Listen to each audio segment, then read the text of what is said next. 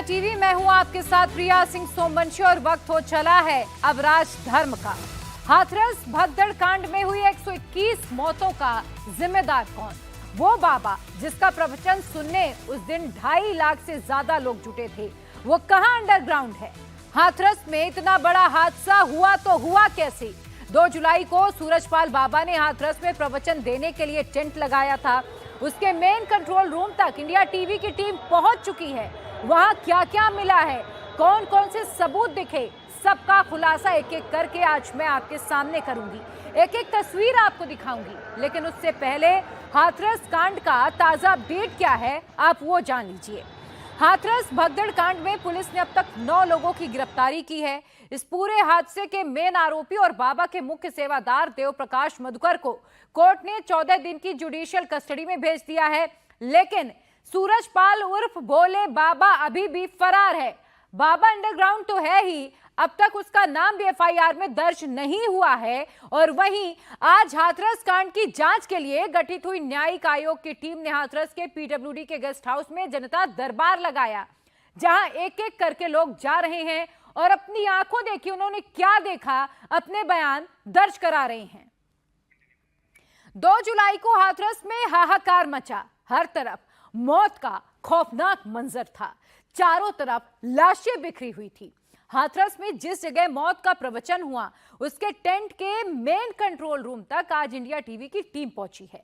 आज आपको बाबा के कार्यक्रम के मेन कंट्रोल रूम की एक ऐसी तस्वीरें और ऐसे दस्तावेज मैं आपके सामने रखूंगी जो आप देखेंगे तो हैरान हो जाएंगे।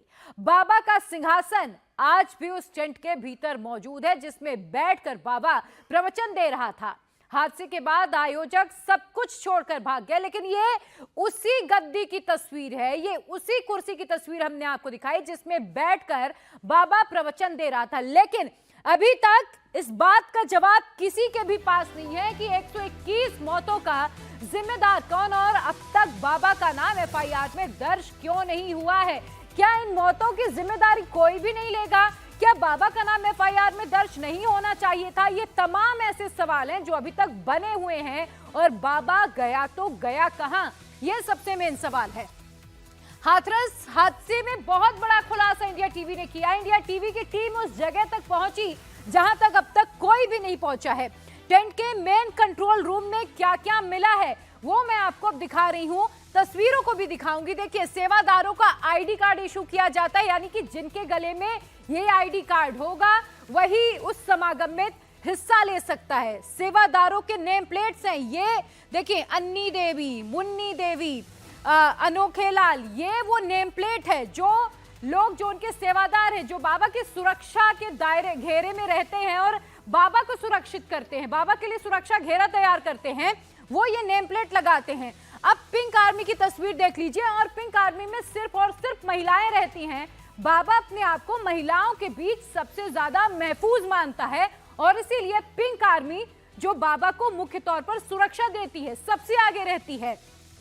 ये पूरा प्लान मिला है कि अब आगे बाबा का जो सत्संग है वो कहां होगा, कितने लोग आएंगे, किस तरह से होगा, फंडिंग कहां से होगी, क्या इंतजाम किए जाएंगे, इसकी पूरी एक लिस्ट बनाई जाती है। उस लिस्ट की तस्वीर मैं आपको दिखा रही हूं।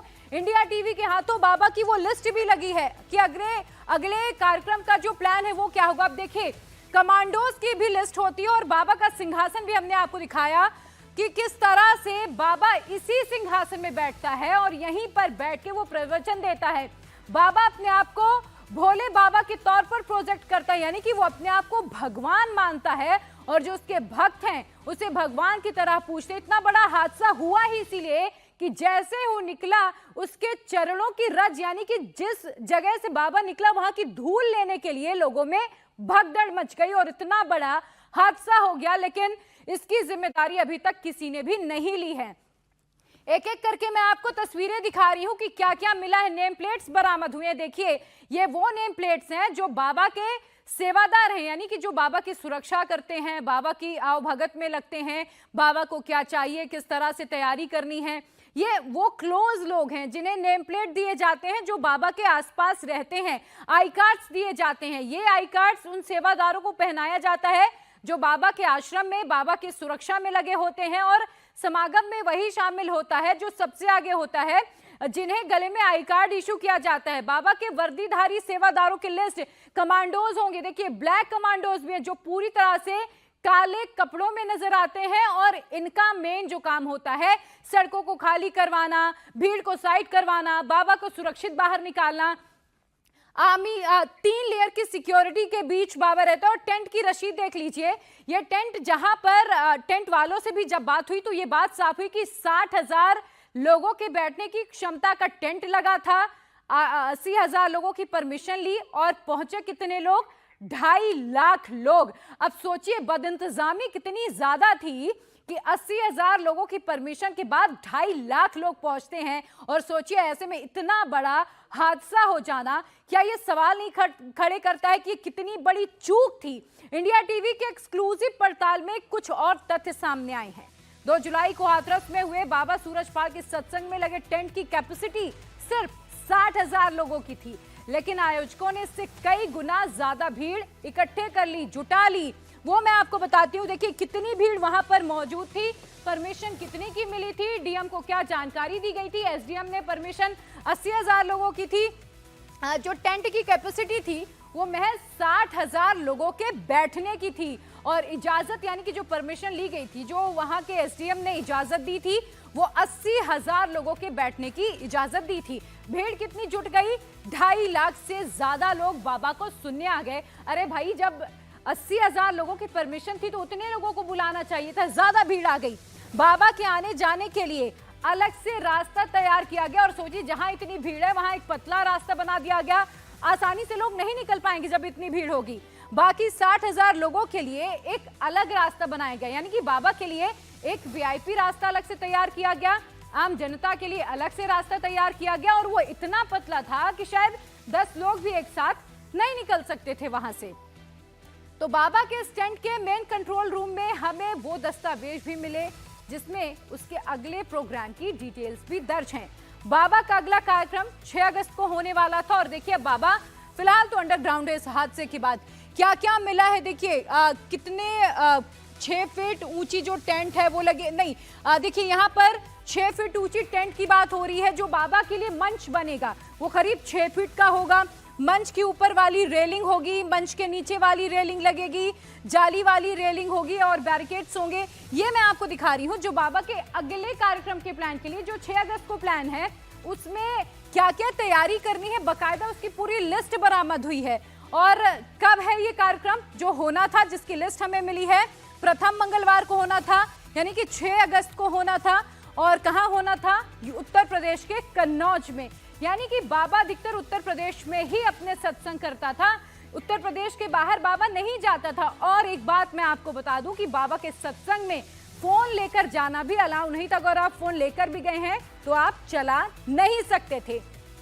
अब चूंकि बारिश का मौसम है उसके लिहाज से भी बाबा ने अपनी टीम को कह दिया था तैयारी करने के लिए कि जो टेंट लगेगा वो वाटरप्रूफ होना चाहिए, यानी कि अगर बारिश भी हो तो प्रवचन पे किसी तरह का खलल नहीं होना चाहिए था।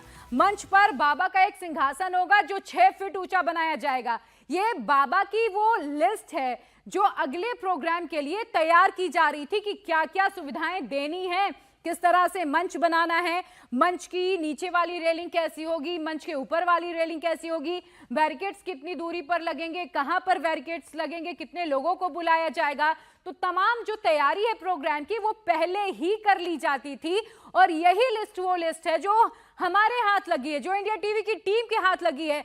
बाबा के प्रोग्राम की पूरी लिस्ट हमने आपको दिखाई। 450 सीलिंग पंडाल में बिछेंगी दरियां, यानी कि अब सोचिए अगर 450 दरियां बिछ रही तो आप समझिए, अंदाजा लगाइए कि कितने लोगों के बैठने की ये पूरी तैयारी थी। बिल्कुल इसी तरह 2 जुलाई को हाथरस में भी टेंट लगाया गया, लेकिन वहां क्या हुआ ये हम सबने देखा। हाथरस वाले कार्यक्रम में जो टेंट लगा था उसके मेन कंट्रोल रूम की अभी फिलहाल स्थिति क्या है, वहां क्या क्या मौजूद है, मेरे सहयोगी पवन नारा ने वहां से एक सुपर एक्सक्लूसिव रिपोर्ट तैयार की है, देखिए आप। इस वक्त हम वहां मौजूद हैं जहां बाबा का सत्संग हुआ था, टेंट लगाया गया था। पुलिस की एफआईआर कहती है कि 80,000 लोगों के लिए परमिशन ली गई थी, लेकिन पहली गलती यहां दिखाई देती है। टेंट हाउस के नुमाइंदे बताते हैं कि इस इलाके में टेंट हाउस लगाने के लिए 300 फीट बाय 300 फीट का टेंट लगाया गया था। 60,000 की क्षमता का टेंट लगाया गया था, यानी अनुमति से 25% कम का टेंट लगाया गया था। इस टेंट में बाबा के आने और जाने के लिए गाड़ी का अलग रास्ता था और बाकी सभी 60,000 लोगों के लिए सिर्फ एक रास्ता था।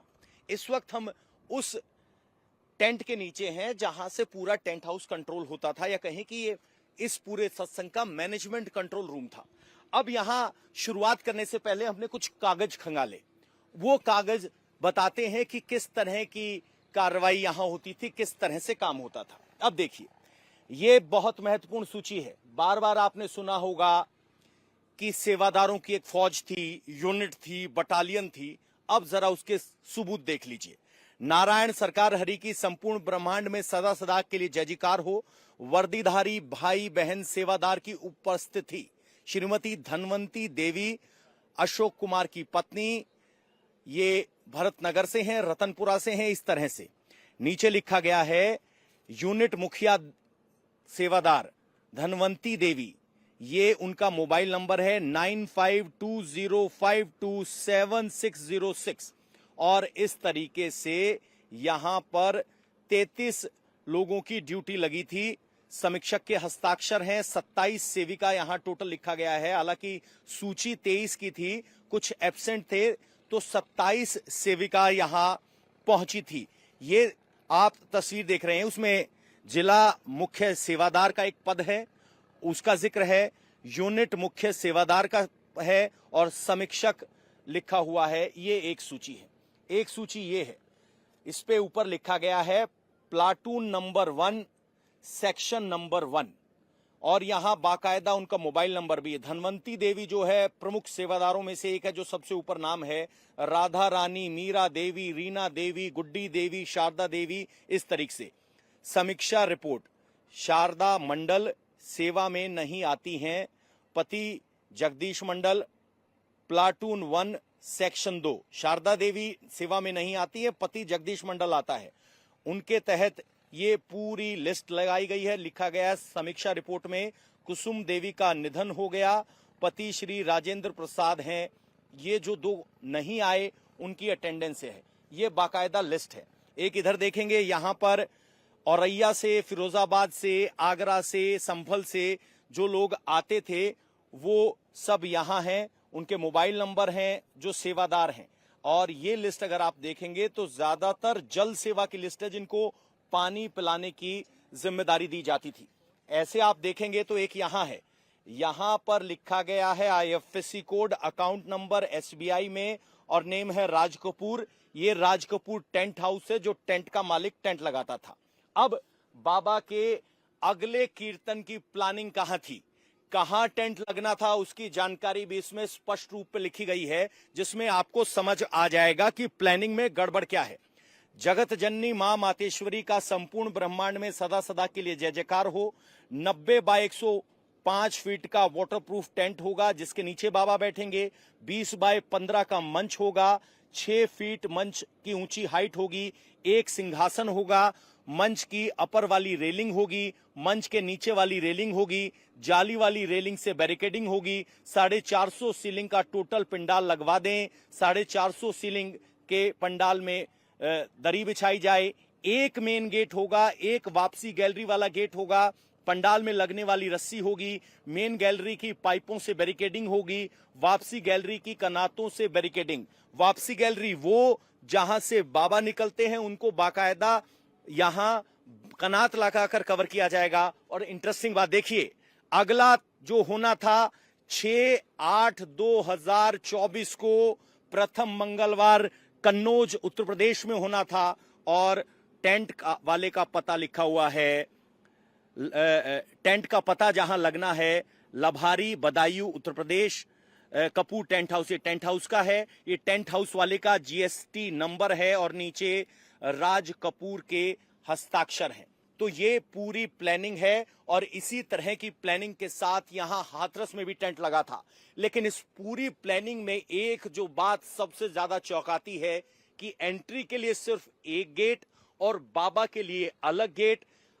अगर आप 50,000 60,000 सेवकों को बुलाते हैं तो उनके लिए अलग अलग एंट्री और एग्जिट होना चाहिए, लेकिन यहां पर एक की प्लानिंग अगले की थी और मौजूदा में भी एक ही एंट्री एग्जिट गेट होगा, ये हम मानकर चल रहे हैं। ये वो सिंहासन है जो अभी भी यहीं पड़ा है। बाबा इसी सिंहासन पर बैठकर पूरा प्रवचन देते थे।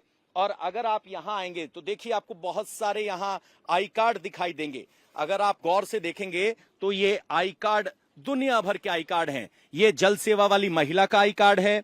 अगर आप यहां देखेंगे दलवीर सिंह सुरक्षा सेवा, ये सेवादार पहचान पत्र है, इन्हें सुरक्षा की जिम्मेदारी दी गई है।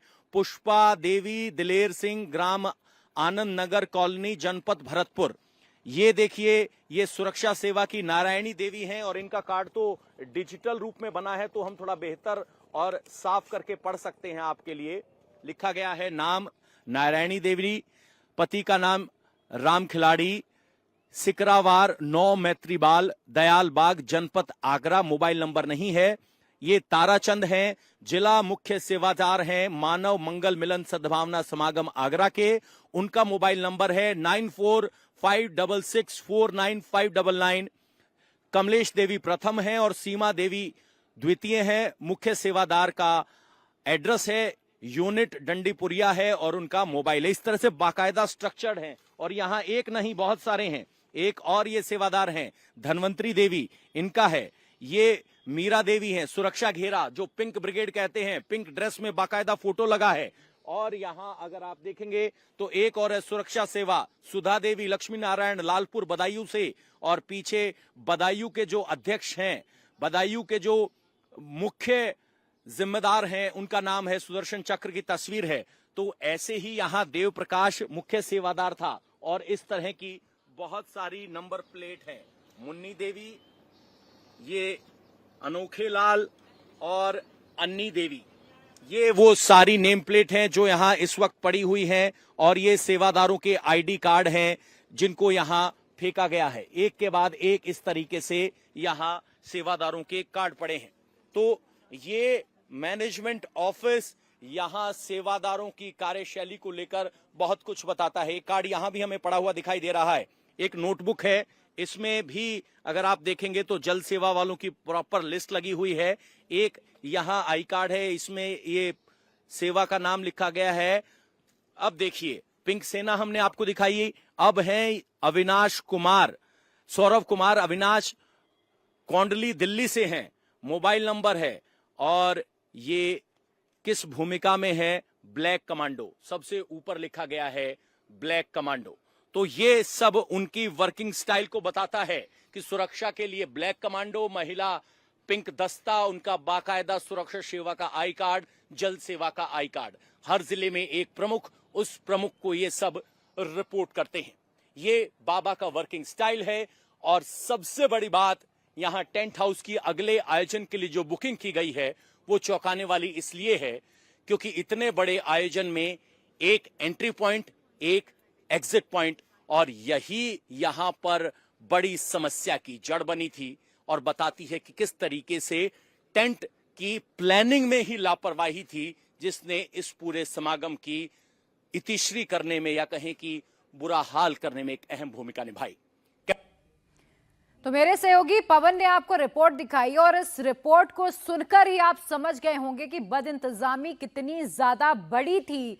सोचिए 2.5 लाख लोग एक जगह पर मौजूद होते हैं जहां 60,000 की कैपेसिटी होती है, 80,000 लोगों की परमिशन, और 2.5 लाख से ज्यादा लोग वहां पर पहुंच जाते हैं। लेकिन गेट कितने? सिर्फ 2। अगले सत्संग की तैयारी के लिए भी देखिए लाखों की भीड़ पहुंचती है। बाबा को और उसके मैनेजमेंट टीम को पता था, लेकिन फिर भी कितने गेट बनाने के लिए बोले गए? मात्र 2 गेट। और इसमें यहीं से लापरवाही की शुरुआत हो जाती है कि क्या इतनी भीड़ को मैनेज करने के लिए सिर्फ 2 गेट काफी है? क्या बाबा के सत्संग में आने वाले लोगों को लोन बांटा जाता था? ये खुलासा बाबा के टेंट के पास से मिले दस्तावेजों से ही हुआ है। इन दस्तावेजों में लेन देन का पूरा हिसाब किताब लिखा है। मैं आपको वो भी दिखाऊंगी कि किस तरह से इसके सबूत हमें मिले हैं कि बाबा का जब समागम होता था वहां पर लोन भी बांटा जाता था। शायद आपके लिए नई बात होगी, लेकिन इसकी जो कुछ ऐसी पर्चियां हमारे हाथ लगी हैं जो इस बात की तस्दीक करती हैं कि बाबा के समागम में लोन भी बांटा जाता था,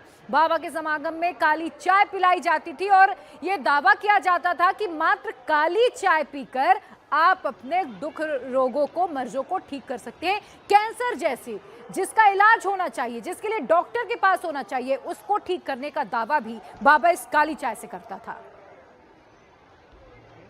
क्या बाबा के सत्संग में लोन भी बांटा जाता था? क्योंकि बाबा के जो भक्त पहुंचे थे वो ज्यादातर निम्न आय वर्ग के हैं और ये सवाल लोन बांटा जाता था या इस मंच का इस्तेमाल लोन बांटने के लिए किया जाता था, ये हम क्यों कह रहे हैं? यहाँ बाबा के मंच के बगल में कुछ दस्तावेज मिले हैं जो इस तरफ इशारा करते हैं। ये देखिए, सोनाटा फाइनेंस प्राइवेट लिमिटेड का डॉक्यूमेंट है। ये किरावली देवी हैं, सीमा सदस्य का नाम है, पति का नाम मिट गया है। 40,400 रुपए का लोन है। ये loan agreement Sonata finance limited ऋण अनुबंध लिखा गया है, सीमा देवी के नाम से है। भैंस के लिए ये ऋण लिया गया है और उसका पूरा पेमेंट शेड्यूल यहां पर दिया गया है। ये जो पेमेंट हुई वो दिखाई दे रही है। इस डॉक्यूमेंट को देखकर आपके मन में सवाल आया होगा, इतनी कौन सी बड़ी बात है, किसी का निजी डॉक्यूमेंट है, यहां हो सकता है। एक और इसी तरह की ऋण पासबुक है, ये किरावली देवी की है। 40,400 की ये ऋण पासबुक है। इसमें भी यहां पर अगर आप देखेंगे तो ये गीली है, फट रही है, खोलेंगे तो वही पेमेंट की डिटेल्स दिखाई दे रही हैं। 20/6/2024 को आखिरी 1,000 रुपए की किस्त है और इसके अंदर भी इसी तरह का एक ऋण एग्रीमेंट है। अब ये पर्चियां देखिए, ये पर्चियां एक नहीं है, ये है उधारकर्ता का नाम, शाखा, दिनांक, केंद्र संख्या, सोनाटा फाइनेंस लिमिटेड, विकास नगर लखनऊ, कोटक और सोनाटा फाइनेंस का सिंबल है। अब ये बहुत सारी पर्चियां हैं, ये किसी एक आदमी के पास नहीं हो सकती, ये देने वाले के पास हो सकती है। इसमें लिखा गया है मुख्य आय का स्रोत क्या है, कहां से आता है, खर्चा कितना है, आमदनी कितनी है और उधारकर्ता के हस्ताक्षर। इस तरह की बहुत सारी ये अनयूज्ड पर्चियां हैं, यानी अगर किसी का आकलन करना हो तो इस पर्ची पर लिखकर आकलन दिया जाता है। तो आपने समझा कि हम लोन की बात क्यों कह रहे थे और आप समझिए कि समागम में एक तरह से बिजनेस भी किया जा रहा था, लोगों को लोन बांटा जा रहा था। मेरे सहयोगी पवन ने आपको उस लोन की डिटेल तस्वीरें भी दिखाई कि हमने लोन की बात क्यों कही। लेकिन इस भगदड़ में 121 लोगों ने अपनी जान गंवा दी। जरा सोचिए कि उन लोगों का कसूर क्या था। पुलिस ने हाथरस भगदड़ कांड की जांच तेज कर दी और अब तक 9 सेवादारों को गिरफ्तार किया गया। लेकिन सवाल यह कि बाबा कहां छिपा है, बाबा कब सामने आएगा, बाबा की गिरफ्तारी कब? देव प्रकाश मधुकर, जिसको मुख्य आरोपी माना गया है, जो बाबा का राइट हैंड माना जाता है और जिसे अब 14 दिन की न्यायिक हिरासत में भेज दिया गया है, जुडिशियल कस्टडी में है और उसके पास ही वो सबसे बड़े राज हैं जो पुलिस को जानने हैं।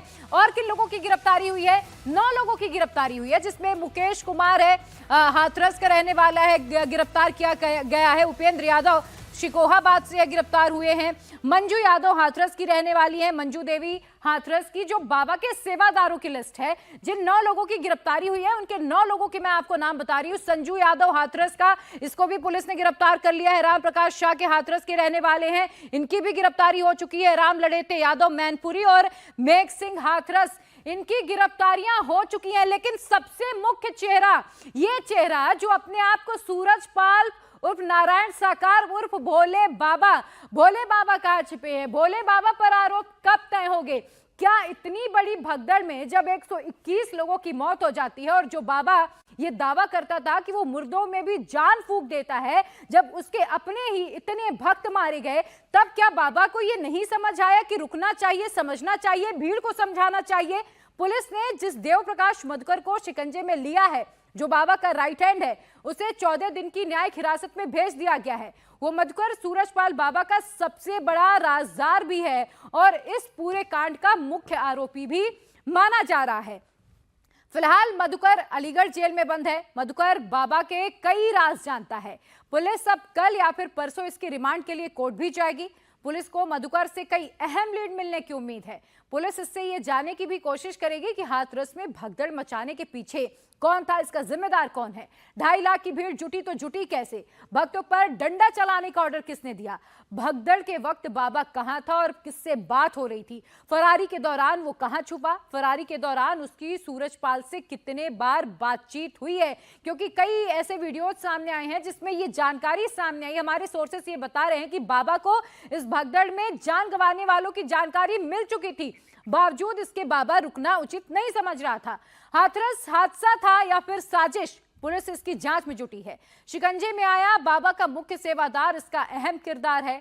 देव प्रकाश बाबा नारायण साकार हरि का सबसे खास सेवादार है और जांच में यह भी खुलासा हुआ है कि मधुकर बाबा के संगठन का फंड मैनेजर और फंड रेजर भी था, यानी कि फंड जुटाने का काम भी यही करता था। देव प्रकाश मधुकर, जो अपने आप को इंजीनियर भी बताता है, इस पर पुलिस ने कई खुलासे किए हैं। संगठन का फंड मैनेजर और फंड रेजर था, यानी कि जो भी समागम होते थे, फंड कहां से आएगा, कौन कितना फंडिंग करेगा, मजबूत कैसे करना है, फंड कहां कहां से लेना है, ये पूरी जिम्मेदारी एक तरह से आप कह सकते हैं जो फाइनेंशियल मैनेजमेंट है वो पूरा मधुकर ही संभालता था। गिरफ्तारी से पहले कुछ राजनीतिक दलों से भी संपर्क में आया है और पुलिस ये भी कह रहे हैं कि राजनीतिक कनेक्शंस की भी अब जांच की जाएगी। इस पूरे मामले में पुलिस किन किन एंगल से जांच कर रही है, पुलिस के इन्वेस्टिगेशन के बिंदु क्या क्या हैं, अब आप वो समझ लीजिए। किन किन एंगल से जांच होगी, कहां कहां से फंडिंग हुई है, बैंक खातों की जांच होगी, चल और अचल संपत्ति की जांच होगी कि बाबा के पास कितनी संपत्ति है, क्योंकि कहा यह जा रहा है कि बाबा किसी से कोई चढ़ावा नहीं लेता है, इसके बावजूद आलीशान जिंदगी जीता है, अरबों करोड़ों की संपत्ति सामने आई है। मनी ट्रेल की पड़ताल होगी कि क्या कहीं से फंडिंग की जा रही थी, जानबूझकर भीड़ के बीच से निकाली बाबा की गाड़ी ताकि जो भक्त थे वो पीछे भागे। बाबा ये खुद कहता था कि उसके चरण रज से ही बड़ी बड़ी बीमारियां ठीक हो सकती है। भीड़ को संभालने की कोई कोशिश क्यों नहीं की गई है? सेवादारों ने भीड़ पर लाठी चलाई तो किसके आदेश के चलते चलाई है, इसकी पड़ताल भी पुलिस को करना है। मुख्य आरोपी का राजनीतिक दल से कनेक्शन क्या है, क्योंकि कई राजनीतिक दलों के संपर्क में भी बाबा रहता था। कई ऐसी तस्वीरें भी सामने आई जब बड़े बड़े राजनेता बाबा के समागम में पहुंचे हैं। कुछ समय पहले राजनीतिक दलों ने बाबा से संपर्क भी किया था। पॉलिटिकल पार्टी से फंडिंग की जांच भी होगी कि क्या कोई पॉलिटिकल पार्टी भी फंडिंग कर रही थी बाबा के इतने बड़े समागम में, क्योंकि देखिए कहीं ना कहीं बाबा का राजनीतिक वर्चस्व तो है ही, क्योंकि इसका सबसे बड़ा सबूत यह है कि कोई भी खुलकर बाबा का नाम ले ही नहीं रहा है। कोई भी राजनीतिक दल बाबा के बारे में कुछ भी कहने से बच रहा है। 9 लोगों की गिरफ्तारियां हो गई, लेकिन एक ये सिर्फ खाना पूर्ति ही मानी जा रही है और अब मधुकर से कई ऐसे सवाल जवाब होंगे जिससे यह खुलासा हो जाएगा कि क्या कहीं से फंडिंग होती थी, जो पॉलिटिकल कनेक्शन थे वो क्या थे। इस तरह के तमाम सवाल हैं जिनके जवाब खंगाले। और हाथरस के एसपी ने क्या कहा इस पूरे मामले को लेकर, एक बार वो भी सुनिए आप। पूछताछ में बताया है कि कहीं ना कहीं किसी राजनीतिक दल द्वारा इनको पोषित किया जा रहा है और बाकी बैंक अकाउंट की डिटेल। सर एक आखिरी सवाल, फंडिंग का बता दीजिए, फंडिंग का रेजर था ये। अभी इसमें हम लोग इसमें फंडिंग बता रहे हैं कि लोगों के द्वारा इनमें डोनेशन होता था, इनके द्वारा जो डोनेशन की पर्चियां हैं वो मांगी जा रही हैं कि अपने साक्ष्य के संकलन में ये बताएंगे कि ये पैसा जो रेज करा है फंड रेजर के रूप में इनकी अहम भूमिका थी, पैसा कहां से आया, क्या मनी ट्रेल थी, कौन डोनर्स थे, उसकी लिस्ट तैयार करी जा रही है। और एक ये बृहद विवेचना है, इसमें लंबी चौड़ी टीम लगेगी, हमारी रेवेन्यू के ऑफिशियल्स भी लग रहे हैं, उसके बाद इसमें जो भी कार्रवाई है वो करी जाएगी। वहीं हाथरस कांड की जांच के लिए गठित हुआ न्यायिक आयोग भी एक्शन में है। आज एक बार फिर न्यायिक आयोग हाथरस पहुंचा, हाथरस में जनता दरबार लगाया और जहां उसके सामने कई चश्मदीदों ने अपने बयान भी दर्ज कराए हैं। उन्होंने 2 जुलाई के उस खौफनाक मंजर की पूरी दास्तां बयां की है। न्यायिक आयोग के सामने आज बयान दर्ज किए जा रहे हैं। एक शख्स है हमारे साथ, क्या नाम है आपका? सुधीर प्रताप सिंह। तो कौन से गांव के रहने वाले हैं? मुगलगढ़ी जहाँ घटना हुई। जी। तो बयान दर्ज हो गए हैं आपके? जी हो गए। तो क्या कुछ आयोग के सामने आपने अपनी बात बताई? वही जो सत्य जो देखा घटना पे वही बताया। क्या देखा? वही कैसे अफरा तफरी मची, कैसे गिरे, किस भ्रम में गिरे, क्या वहाँ बोला गया, वही बताया। बाबा जी ने क्या बोला, काफिला निकलने के बाद में किस तरीके से लोग दबे या गिरे, किस वजह से गिरे, वही सारी चीजें। तो वो थोड़ी सी वजह हमें भी बताइए, क्या कुछ आपने देखा वहाँ पे? वो अंधविश्वास था कि रज लेके जाना, तो रज लेने के लिए झुके, भीड़ का प्रेशर था, उनके कमांडो हटा उतरे तो उसमें 2-4 उसमें गिरे, तो वो फिर गिर गया, वो दब गया, फिर उठा नहीं। अच्छा, और क्या कुछ आपने देखा वहाँ पर? और कुछ नहीं, अपना वो यही है कि प्रशासन से उन्होंने कोई मदद नहीं ली। इतनी भीड़ के लिए प्रशासन से मदद लेनी चाहिए थी, और उसके लिए वो बदतमीजी कि हमें नहीं प्रशासन की जरूरत है, हमारी व्यवस्था, हमारी फौज भी है हमारे पास में।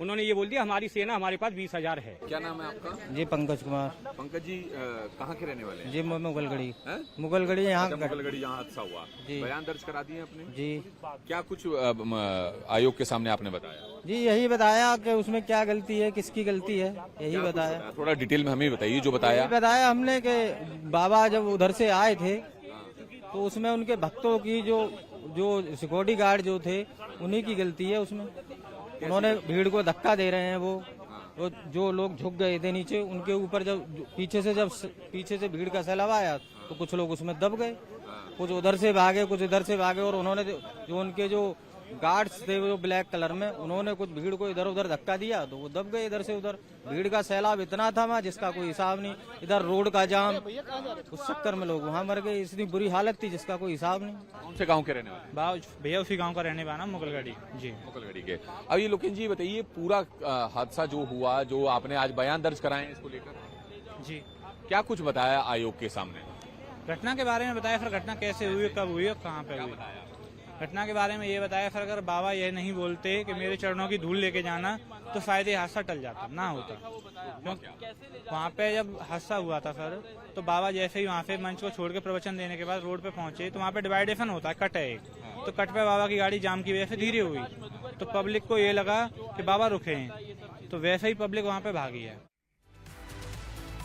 तो आपने चश्मदीदों की बात सुन ली। अब जांच एजेंसी हाथरस हादसे की असली वजह के तह तक जाने की कोशिश कर रही है, लेकिन इस पूरे कांड का सबसे बड़ा सूत्रधार यानी कि बाबा नारायण साकार उर्फ भोले बाबा फरार है। बाबा की तलाश में पुलिस जगह जगह छापेमारी भी कर रही है। अब खुद को परमात्मा बताने वाला नारायण साकार उर्फ भोले बाबा है कौन, वो मैं आपको बताऊंगी। बाबा ने अपना ये माया लोक पूरा कैसे खड़ा कर दिया है, कैसे भोले बाबा लोगों को अपने पाखंड के जाल में फंसाता था, अब आप वो विस्तार से जान लीजिए। सबसे पहले बाबा ने अपना मेकओवर किया। कभी पुलिस में हुआ करता था, नाम था सूरजपाल, बाद में अपना नाम कर लिया नारायण साकार उर्फ भोले बाबा, यानी कि वो अपने आप को शिव जी के अवतार के तौर पर प्रोजेक्ट करने लगा। मंच पर सिंहासन की तरह स्पेशल कुर्सियां लगती थी जिसमें भोले बाबा बैठ के प्रवचन देते थे और खुद को परमात्मा कहते थे। खुद को परमात्मा कहता और पत्नी को मैया कहलवाता था, यानी कि अपने आप को तो परमात्मा कहता ही था लेकिन अपनी पत्नी को भी मैया कहलवाता था जो उसके भक्त थे। मंच पर अकेले बैठने के बजाय पत्नी को भी साथ में बिठाता था, यानी कि जो सिंहासन लगता था वो 2 कुर्सियां उसमें लगती थी जिसमें एक तरफ बाबा बैठता था, एक तरफ मैया यानी कि बाबा की पत्नी बैठी थी। भगवा चोला की जगह सफेद रंग का सूट बूट और काला चश्मा पहनता था। कई भक्त बताते हैं कि बाबा को महंगे कपड़ों का बहुत शौक था, महंगे चश्मों का बहुत शौक था और बाबा आम जो साधु संत होते हैं, जो आम प्रवचन देने वाले होते हैं उनकी तरह नहीं बल्कि एकदम आलीशान जिंदगी जीने पर बिलीव करता था। कासगंज में बाबा का भव्य आश्रम भी बना हुआ है। यहाँ भोले बाबा को मानने वाले भक्त सत्संग के लिए आते हैं और आश्रम में करीब 25 सेवादार हैं जो पूरे आश्रम की देखरेख भी करते हैं। इंडिया टीवी की टीम पहुंची है इस वक्त उत्तर प्रदेश के कासगंज में यहां पर बहादुर नगर एक गांव पड़ता है और इसी गांव में बाबा का जन्म हुआ था, यानी कि हरिनारायण बाबा बनने तक का जो सफर है वो इस गांव से शुरू हुआ। इस गांव के अंदर पैदा हुए थे सूरजपाल उर्फ हरिनारायण बाबा। सबसे पहले मैं आपको ये जगह दिखा दूं, यहां पर एक काफी बड़ा आश्रम जो है वो बाबा का बना हुआ है और ये जगह है कासगंज का बहादुर नगर। यहां पर आप देखेंगे तो कई बीघों के अंदर ये एक आश्रम है और यहां पर बताया जा रहा है कि जो लोग हैं यानी कि जो भक्त हैं वो दूसरे आश्रमों की तरह इस आश्रम में भी आते हैं नमन करने के लिए। उनके लिए काफी जगह बनाई हुई है, ये पूरा का पूरा वेटिंग एरिया है। अगर आप देखेंगे जो भक्त यहां पर आते हैं वो यहां पर आकर वेट करते हैं और नमन करते हैं। इसी तरीके से यहां पर एक ये आश्रम बनाया हुआ है, वो भी हम आपको दिखाएंगे। सबसे पहले यहां के जो कुछ सेवादार हैं उनसे एक बार हम आपकी बात करा देते हैं, समझते हैं कि आखिरकार आश्रम में क्या होता है, बाबा यहाँ कब आते हैं। ये बताइए, थोड़ा आगे आ जाइए, अपना नाम बताइए। रमन कुमार। रमन जी, आप इस आश्रम में क्या है, सेवादार हैं, क्या काम करते हैं? सेवादार है। जी। अच्छा, ये बताइए कि ये आश्रम जो है कब से है? ये 2000 से पहले का ही है। 2000 से पहले। जी। क्या क्या होता है यहाँ पर? यहाँ पर महापुरुष आते हैं, नमन करके चले जाते हैं, मत्था टेक के चले जाते हैं बस। जी। बाबा कब आते हैं यहाँ पर? मई 2023 में आए थे, ट्रस्ट बना था जब आए थे, तब से नहीं आए। तो देखिए, बाबा ने पाखंड का ऐसा तिलिस्म रचा है, ऐसा माया जाल रचा है कि लोग उसके पीछे दीवाने हैं। बाबा अपने माया जाल में भोले भाले श्रद्धालुओं को कैसे फंसाता था, अब आप वो सुन लीजिए। बाबा के कासगंज वाले आश्रम में ऐसे दर्जनों हैंडपंप लगे हैं जिन्हें वो चमत्कारी हैंडपंप बताता है। बाबा ये बोलता है कि उसके हैंडपंप के पानी में जादुई शक्तियां हैं। उसके हैंडपंप का पानी पीने से कई तरह की बीमारियां दूर हो जाती हैं। पाखंड का हैंडपंप है। बाबा का दावा कि पानी में कई तरह की जादुई शक्तियां हैं और अगर उस पानी को जिन्हें किसी भी तरह का दुख दर्द है वो पिएंगे तो वो ठीक हो जाएंगे। रंगोली की चरण रज वाली बूटी, यानी कि जब बाबा कहीं भी जाता है तो पहले रंगोली बनाई जाती है और उसी रंगोली के कलर को लोग अपने घर लेके जाते हैं चरण रज समझ के। उससे रोग की मुक्ति दिलाने का दावा किया जाता है। चरण रज लेने के चक्कर में ही 121 बेकसूर लोगों ने अपनी जान गंवा दी। चमत्कारी चाय, वो काली चाय पिलाई जाती थी सत्संग के दौरान, बिना दूध वाली चाय पिलाई जाती थी और चाय पीने से सारे कष्ट दूर होने का दावा किया जाता है। गंभीर बीमारियां सिर्फ काली चाय पी लेने से ठीक हो जाती, ये दावा किया जाता था। बाबा का कासगंज का आश्रम जो हमने अभी आपको दिखाया वो 2 हिस्सों में बटा हुआ है। देखिए, एक हिस्से में सेवादारों के रहने के लिए कई कमरे बने हुए हैं, तो वहीं दूसरे हिस्से में रसोई बनी हुई है जहां भोजन बना करता था। अब आश्रम की सुरक्षा में सेवादार लगातार पहरा देते रहते थे। राजपाल जी हमारे साथ हैं। कब से ये आश्रम है? राजपाल जी हमें थोड़ा समझाइए कि जब भक्त आते हैं। ट्रस्ट का बोर्ड लगा हुआ है, ये ट्रस्ट की कमेटी है और ऐसा कुछ भी नहीं है यहाँ पे जो भ्रम फैलाया जा रहा है। देखो ये यहाँ पे ये है, दान वगैरह कुछ यहाँ लिया नहीं जाता, ये सब कुछ क्लियर है। 2 अलग-अलग बिल्डिंग है, इनके बारे में समझाइए। ये क्या है और सामने वाली बिल्डिंग क्या है? उसमें तो हमारा भोजनालय है, खाना पीना बनता है सामने वाले में, और इसमें हमारी जनरेटर वगैरह है। इसमें क्या है? जनरेटर वगैरह यानी बिजली का विभाग। और लोग जो भक्त आते हैं वो कहाँ बैठते हैं? उनके लिए नमन कहाँ करते हैं? वो तो नमन तो वहाँ करते हैं और ये बैठना खाना पीना इसमें खा सकते हैं। एक बार दिखा सकते हैं अंदर कहाँ पर जनरेटर है और पानी पीने की क्या व्यवस्था? देखिए, हम आपको आश्रम दिखा रहे हैं जो कि जी। सबसे पहले आपको ये जगह दिखा दूं। इस जगह को क्या बोलेंगे? जो ये जो आश्रम, इस जगह का क्या काम है? जो अलग अलग कमरे बने हुए हैं, ये सेवादार रहते हैं इन कमरों, जैसे टीम वाले आते हैं। हमारी खेती बाड़ी है, खेती बाड़ी में काम होता है। अब जो टेस्ट का है जो कुछ भी है तो उसमें ही काम सेवा कर्म करते हैं। खेती बाड़ी में काम जानते हैं, खेतों में क्या होता है। तो ये सेवादारों के कमरे हैं यहाँ? हाँ जी। देखिए, यहाँ पर आपको मैं बताऊं कि जो सूरजपाल उर्फ हरिनारायण बाबा का जो आश्रम है, जो उनके गांव के अंदर आश्रम है, उस आश्रम में एक ये काफी बड़ा एरिया, आप देखिए काफी बीघों के अंदर ये आश्रम बना हुआ है। दूसरी तरफ की बिल्डिंग में आपको लेके चलेंगे।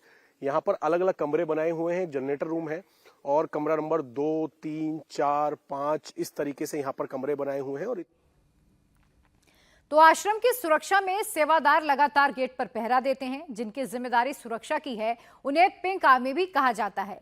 ये सभी पिंक ड्रेस में हाथों में डंडा लिए आश्रम की व्यवस्था को संभालते हैं। बाबा पर इनकी ऐसी अटूट आस्था है कि वो बिना किसी सैलरी के भी इस सेवा में जुटे रहते हैं।